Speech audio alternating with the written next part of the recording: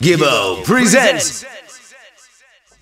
It's Gibbo, and I'm once again joined by Jaime Hype from Young Hawk, who on Saturday night defeated Warrior Sounds at the Worries in the Area 2 clash in Italy.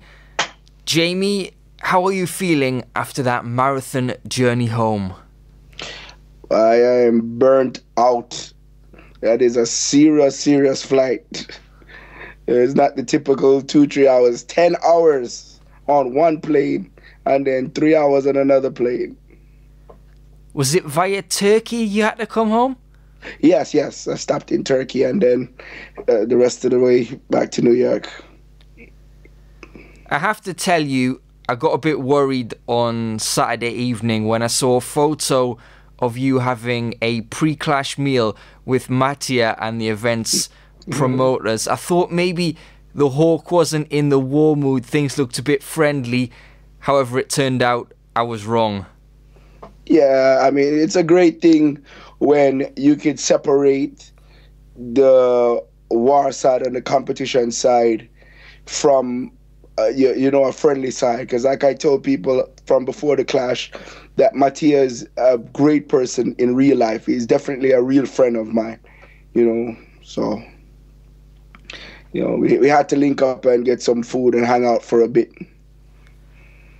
For the benefit of people watching the interview who weren't at the clash, can you give me a brief recap of Saturday night's action?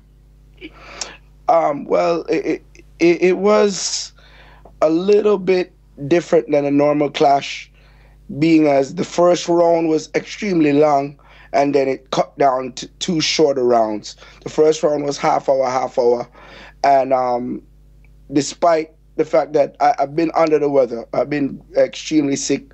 A lot of people don't even know at the LP dance I was extremely sick, and I've been actually to the emergency room a couple times between the LP dance and before I made it to Italy. So, like the first half hour, I exalted some energy that I didn't even know I had. It was actually the crowd in Italy that gave me that boost of energy and confidence. I think I had a great first round. Mattia came out strong as well, and the vote was extremely close, but Mattia got the first round. After the first round, boy, I was extremely sick backstage. A lot of people wouldn't know, but I was. And by the second round, I really didn't have the energy that I exalted the first time. I was really weak, but I tried my best to get through. It wasn't as consistent. Mattia definitely played more consistent than I did. He must have placed every round. But the third round, I decided, you know what, I can't travel 12, 13 hours for no damn lock off. So I tried my best and I just pushed and gave the crowd everything I can give them in order to win the third round. And we went into the dub for dub at a score of 4-2 because they use a pointing system, 2 points per round, which to me it kind of makes sense either way. Because in essence, it's annoying that 2 sounds clash and you spend all this money and you try to win rounds and then you start dub for dub at 0-0. Then what was the purpose of the rounds? So, I mean, although Mattia had the advantage of 4-2 going into dub for dub, I totally agreed with how the clash was run. So after that, when dub for dub started, to me, I think that's my strong point. So, I came back and I actually got the first 2 points and balanced it out at 4-4 right away. And then Mattia came with some strong songs, and it went down to the wire. It was actually 9-9, and then we played a song, and which at the 10th point, I thought I had gotten it. But, I'm just one person, and the host, and he conferred with his team and decided to play one extra song. So it was actually 10-10. That's how tight it was, and it went down to the last song. And Mattia played a John Holt, and I played a my boy was saying, "Rudy, don't fear no boy." His name slipped me right now because I'm so tired. But basically, he said, "You're dead in a dub for dub," and the crowd actually took to it. So I ended up getting the victory by 1 point. It was very slim. But I have to take my hats off to Mattia. Definitely. You did a great job. What was the plan of attack going in, and did you have to adapt or change it at all based on the preferences of the Italian crowds? Well, that's what I told a lot of people, because everyone's saying, oh, well, you have an advantage over Mattia, being that, my son has been out for longer and I have certain songs that he doesn't have.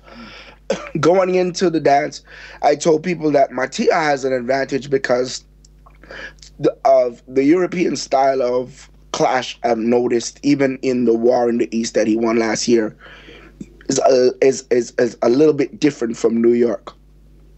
Mainly because they more accept mainstream music, and they are very adapt to like party. It's sort of like a clash / party vibes. They play a lot more faster rhythms, newer rhythms, songs with more dancing preferences, as opposed to a Brooklyn clash where, we like the hardcore rubber dub, bass line, slow rhythms. So I knew that Mattia had an advantage. As well, there are a lot of songs that are big out there that we don't really play too much in the US. Like even like the new Ninja Man, but he played about warrior. We are warrior. We know addies. We know jugglers. We know this. We know that. That song I haven't really seen too many New York sounds play. So these are like the type of songs that he has over me, because he knows his crowd, his European crowd. But one thing I decided going into the dance, that I played a few dubs that I don't normally play, but I made up my mind that I'm going to give them the young what I know how to do. And what I did like about this clash, as opposed to the LP clash or the Soul Supreme clash, that it wasn't a matter of who has the most songs. It wasn't a matter of who can cripple whose box. Mattia went in and he played his way. I went in, I played my way. I don't think I too affected his dub box with the songs I played. He didn't too affect my dub box. It was just a matter of who can deliver more than quantity over quality.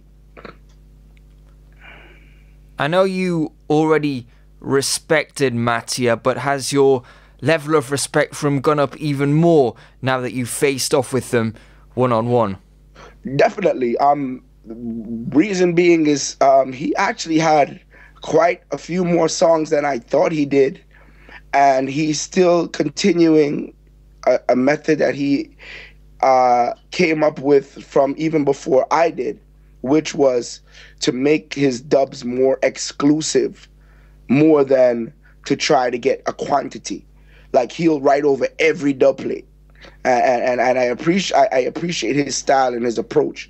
And as well, I'll give you a joke. I did have a couple customs for him, but the fact that I knew he was coming into the dance and not playing them, I just decided I'm not going to play them.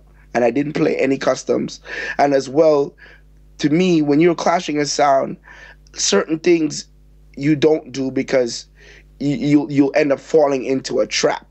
And I kind of give myself a props when it comes to that. Like, for instance, when I clashed King Fargo back in the days, the stupidest thing you can do is talk about his restaurant and the fact that he's a chef.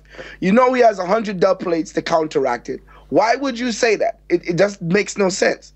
So it's the same thing with Warrior. He has 100 dub plates saying, I don't need any customs. I don't have to cut any custom dubs. So why the hell am I going to play a custom so he can come back with his speeches? So I had to use my brain. But at the end of the day, I stuck to my style, and I gave them the young art that people listen to on the internet, the young art that they hear the audios of, and basically just try to give them my style of playing music.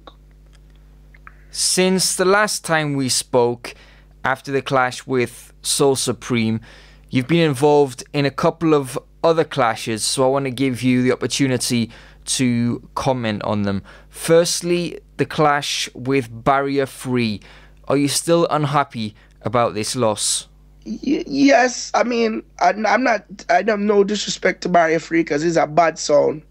I did listen to the interview and I had to laugh at certain things. Like, for instance, he brought a point that he doesn't understand how they left Brooklyn after me and reached before me. First of all, I don't go to Virginia on a regular basis.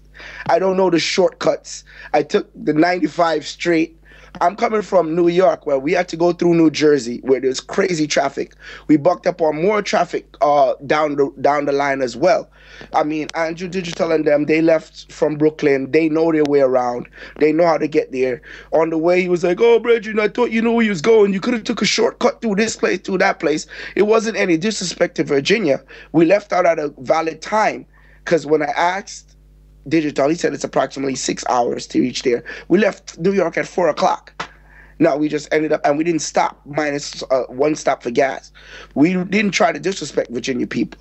But getting there and the crowd, to me, they weren't as musically inclined. Like, for instance, in the middle of the clash, there were people and girls coming, "Oh, play some dance hall. Play some dance." It was a joke.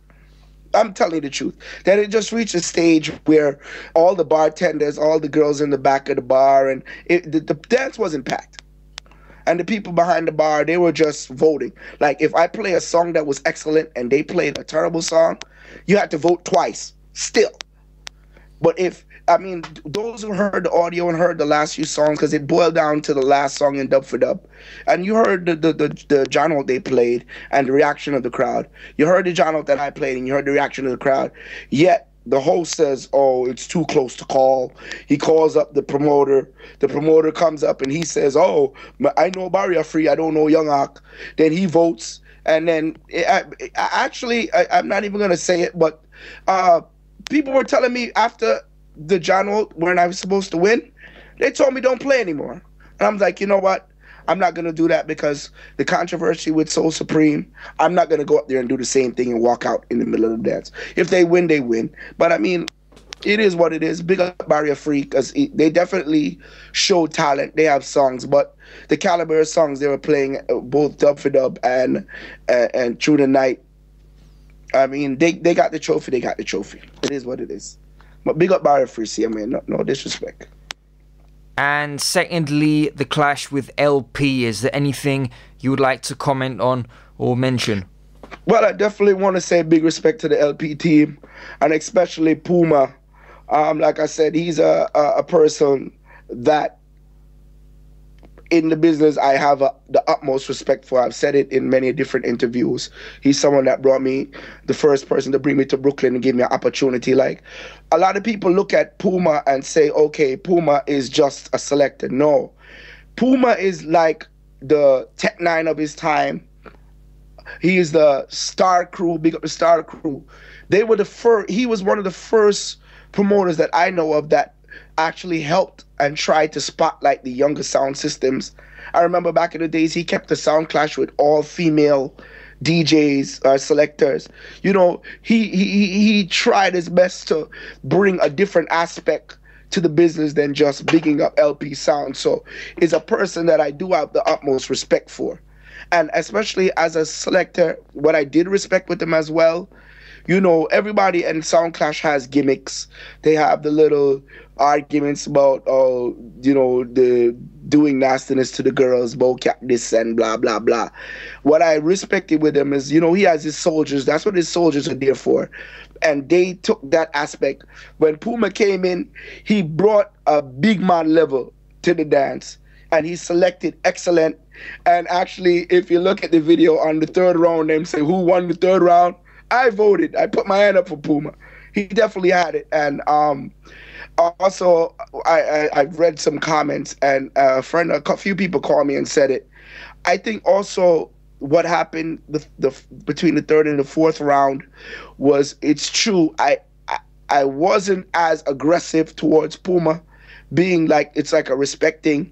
Like with Ricky Trooper, he'll curse out anybody, but, you know, when he buck up like Radigana and them, you know, you have to be on a level. That's kind of the respect I have for Puma, like in the business. Big man thing. You know, he's definitely one of the icons, and I respect him on a level.